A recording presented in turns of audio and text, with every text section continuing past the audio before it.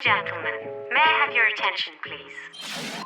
Welcome to the Beyond the White Coat podcast, conversations at the heart of medicine. This podcast shares thought-provoking perspectives from unique individuals while diving into issues affecting the academic medicine community.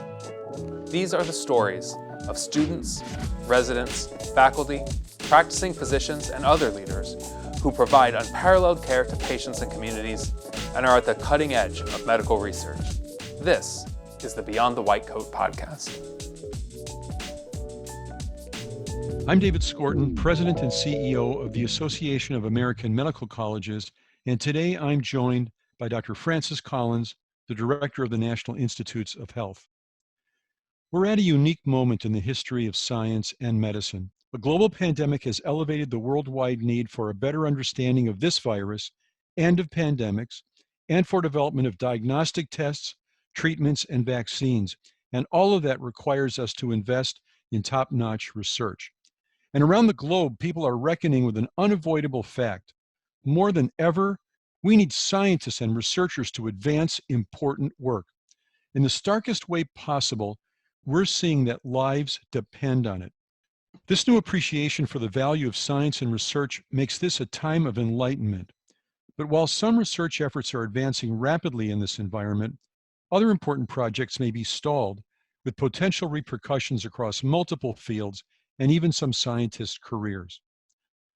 How can we push ahead with the most critical research projects in a time when so much is constrained by unusual circumstances? On this episode of Beyond the White Coat, I'm talking with Dr. Francis Collins, the 16th Director of the National Institutes of Health. In this role, Dr. Collins oversees the work of the largest supporter of biomedical research in the world, spanning the spectrum from basic to clinical research. He has led the NIH with distinction for nearly 11 years and is universally respected as a scientist and leader. Dr. Collins, thanks for joining us on Beyond the White Coat. Thanks for inviting me on, David. Always good to talk to you. Same here. Thank you very, very much. Well, as I noted, the research community has the nation's attention like we have not for generations. While science and facts have been under attack in some realms, the reality is that society has recognized in an urgent way that we do in fact need research to understand the biology of our viral adversary and to develop the vaccines and treatments that will save lives. In a way, this could be science's finest hour. Dr. Collins, how do we use this moment well?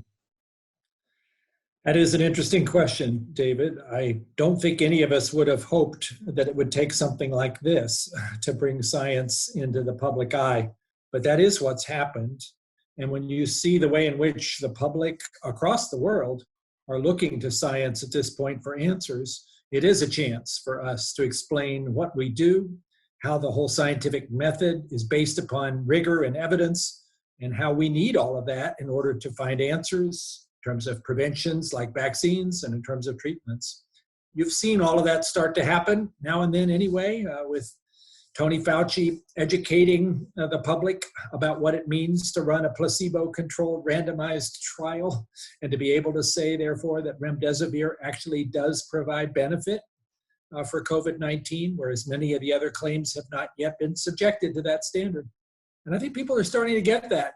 I think they're also getting the importance of paying attention to public health measures, that it really is possible, because we've all been part of this, to flatten that curve by doing things individually to keep the infection rates from skyrocketing. And yeah, I think also when it comes to vaccines, which most of the press about vaccines prior to this was all the people complaining about whether they're safe. You don't hear nearly so much about that now. Everybody is like, where is it? Get me that vaccine as soon as you can. We all desperately need this if we're going to be able to go back out into public again. Well, that would sure be a wonderful spin-off of a horrible, horrible situation. If people started to believe again in the safety and efficacy of vaccines, that would be terrific, terrific. Yes. Now, we hear a lot about what researchers are doing, of course, around vaccine development and treatments for COVID. But how is the pandemic affecting basic research and medical research in fields other than COVID? Frankly, it's been pretty devastating for research in general, and certainly research supported by NIH across all the institutions around this country and some in other parts of the world, because of the need for researchers to protect themselves and protect other people around them. A lot of the research enterprise has had to go into a slow motion mood. Certainly those who can continue to do research from their home, as I am right now in my home office, are continuing to work maybe harder than ever.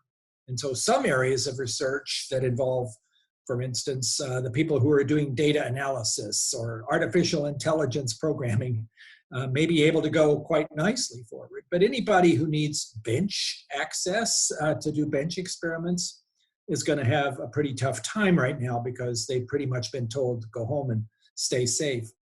The idea of trying to get people back into that kind of place obviously is very much on everyone's mind. Similarly, clinical trials, because hospitals have found it necessary to limit anything that's not an emergency, clinical trial enrollment has dropped way back for many things that are not related to COVID-19. We're going to have a lot of catching up to do when we get past this.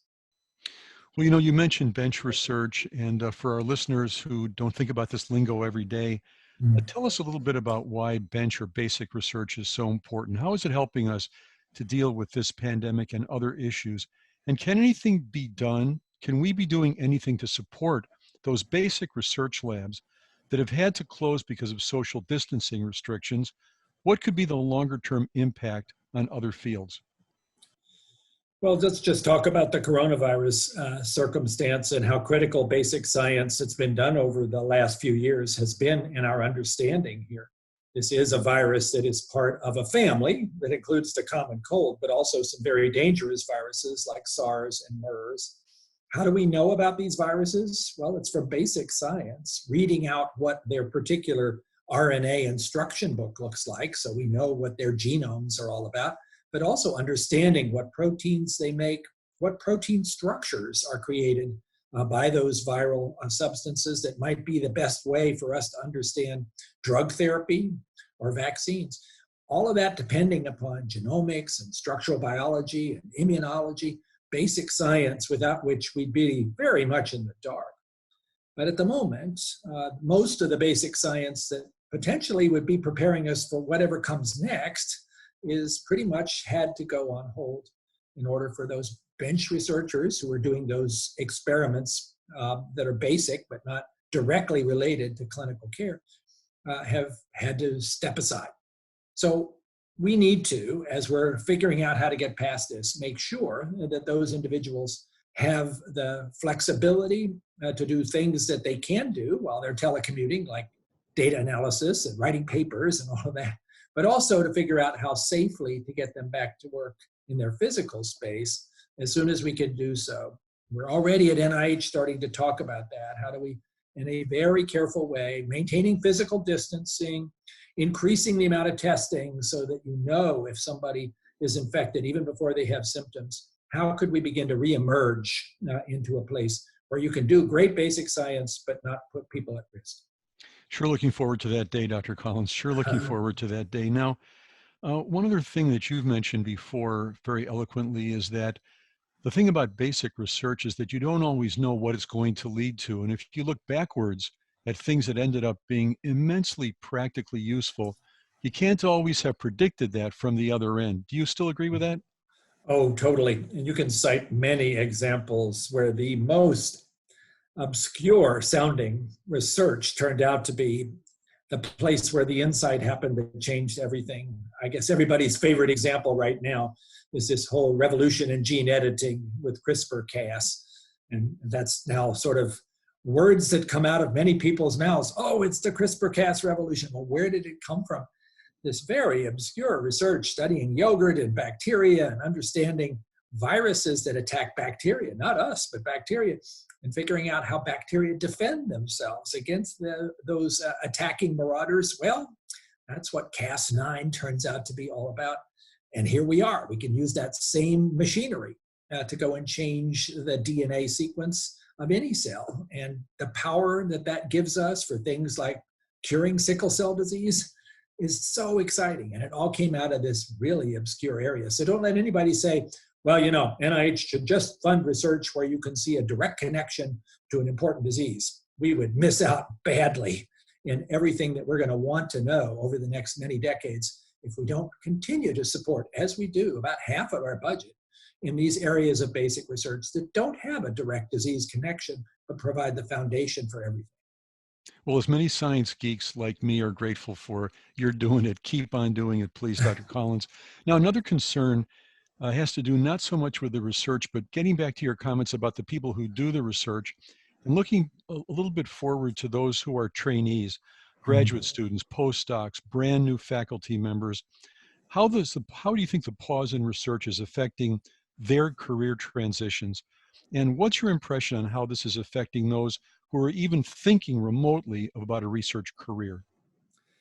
For current trainees, this is a tough time. There's no doubt about it. And I am particularly concerned that we do everything we can to nurture and encourage those folks, because they've had an interruption, many of them had, in what they thought was going to be a trajectory of growing more and more experienced and generating data and publications. And they've had to put a lot of that on hold. We've done everything we can through NIH to try to reach out to those individuals, encourage them that this is the kind of thing we will all get through together, come up with ways to help this pause not be a waste of time, but an opportunity to learn other new things. Like maybe this is the time to learn how to be a better programmer, how to learn how to work with Python or R. All of those things are being offered up. And yeah, at the same time, it is frustrating. I don't doubt it. And I worry about the way in which this is affecting sort of the general sense of mental health of our whole research community. This is a big stressor, and there's certainly fears and anxieties that people are experiencing. And we need to address those too, admit that they're there, figure out ways to support each other, even in the face of this kind of social distancing. But we will get through it.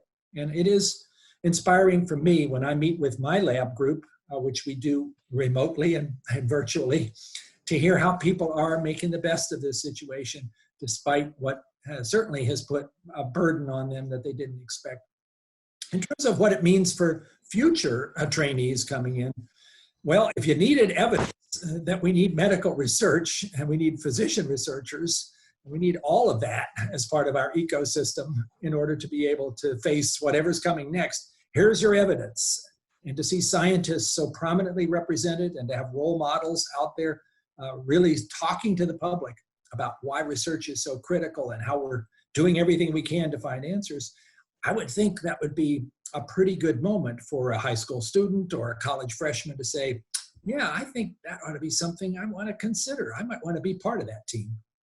Dr. Collins, governments and citizens everywhere are looking to the research community not only for the findings, but to actually deliver hope that lives can be saved, hope that economies and communities and families can someday soon get back somewhere in the direction of normal.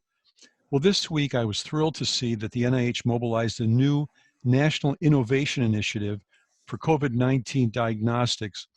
As I understand it, aiming to speed delivery of accurate and easy to use and scalable tests to all Americans. Please tell us more about this exciting initiative. That would be great. Well, this is a bold initiative indeed, and Congress provided us with remarkably significant resources to push it forward. I think we all understand that if it is going to be possible to come out of seclusion and back into public spaces and back to work and back to school, we're going to have the ability to do rapid and accessible testing to discover anybody who's just gotten infected with coronavirus and make sure that individual is quarantined and their contacts are identified.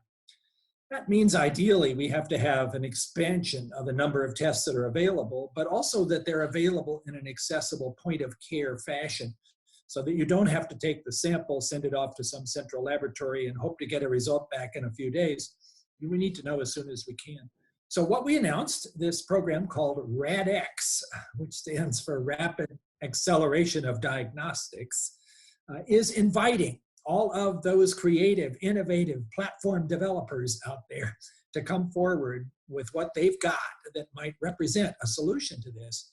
And we have resources to offer them to help them figure out where their strong points and their weak points are, how they could take advantage of engineering and technology expertise that we'll supply them with, business expertise, people who know how about scaling and commercialization, and try to see if we can take a few of those platforms and turn them into reality in just a few months. I think that is an incredibly bold timetable, but the time requires that. So this program began its solicitation just yesterday. And I gather there already have been more than 100 inquiries. We're going to have a lot of really wonderful technology geeks who are going to show us their stuff. And we're going to try to figure out how to turn that into a real transformation across the country and the ability to do this kind of testing. With that in place, I think our chances of being able to get back to something approaching a normal circumstance, although it'll never be quite the same, but we'll be able to do it in a way that doesn't have the high risk of a second wave of COVID-19. I'll tell you what, I'm very jealous that you get to look at all those proposals. How exciting. I'm really jealous. Hey, listen, we all know that vaccine development takes a very, very long time, depending on who you listen to, a year anyway, maybe longer. I know you're working on a new public-private partnership called, if I have it right, Accelerating COVID-19 Therapeutic Interventions and Vaccines to coordinate basically an international research response to the pandemic. How's that going so far?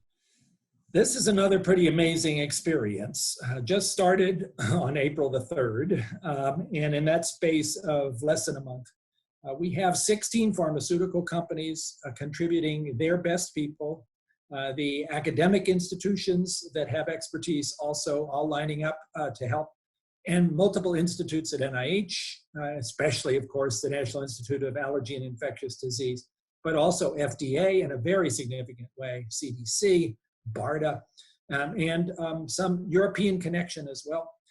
That has broken itself into 4 working groups, one on preclinical therapeutics, one on clinical therapeutics, one on clinical trials capacity, and one on vaccines. Those working groups essentially meeting several hours every day with all kinds of timetables that they're living up to. By next week, we expect we'll have a prioritized list of what are the therapeutics that ought to be next into clinical trials so that this is done in an organized way.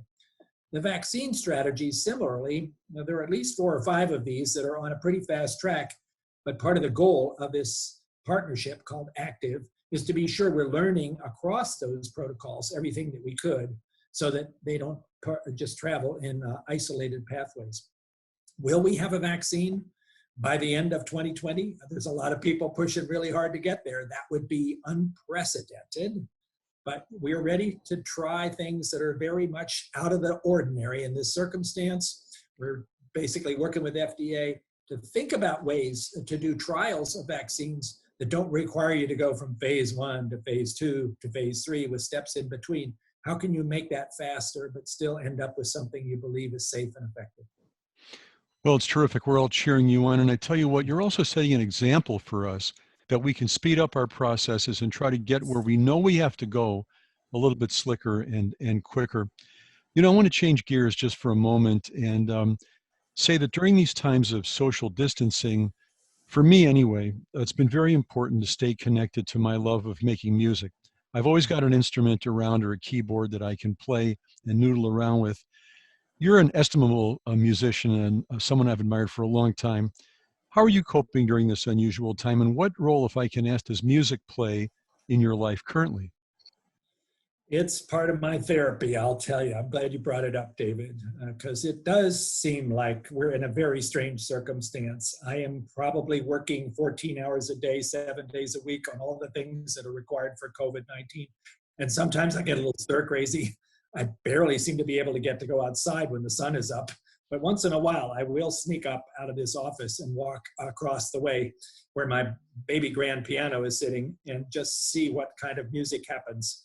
Because that lifts me up out of what might be a feeling of burdensome oppression, because there's a lot of burdensome things happening with this. And sometimes you just need a way to clear your head, sort of get your brain to think in a more productive way about creativity, and give yourself just a sense of joy and the beauty of things that music can create. Not that I'm particularly good at making it beautiful, but music in its own way just has that ability for me, and I think it does for many people. And I hope everybody listening to this is also looking for opportunities like that, even in the midst of what is a bit of a scary time, we can find beauty, we can find joy. We can remember that we are a place that emphasizes hope and not just anxiety. Wonderful words to live by. Well, I want to thank Dr. Collins for joining us today. Our ability to turn basic research discoveries into clinical applications relies on the comprehensive work you, Dr. Collins, and your teams at the NIH and really all across the country and beyond are conducting at each phase. And I'm so grateful for all the work that you do. Thank you so much for spending time with us today. No, thank you, David. It's great to chat with you. And again, I think I'm representing an amazing team of dedicated people who right now, in the midst of this crisis, are doing everything you can think of to try to get us past it. And we will get past it. We'll get through this. I believe in you and all the stuff you're doing. Thank you so much. And to all our listeners, thanks for joining us. And I'll see you all next time for another episode of Beyond the White Coat. The Beyond the White Coat podcast is brought to you by the Association of American Medical Colleges, a not-for-profit association dedicated to transforming healthcare through innovative medical education, cutting-edge patient care, and groundbreaking medical research. We'd like to extend a special thanks to our guest and the AAMC staff who made this episode possible. I'm Stephanie Weiner, AAMC's Manager of Digital Strategy. And I'm Laura Zelaya, producer and editor for the AAMC. Thanks for joining us on this episode of Beyond the White Coat, and we'll see you next time.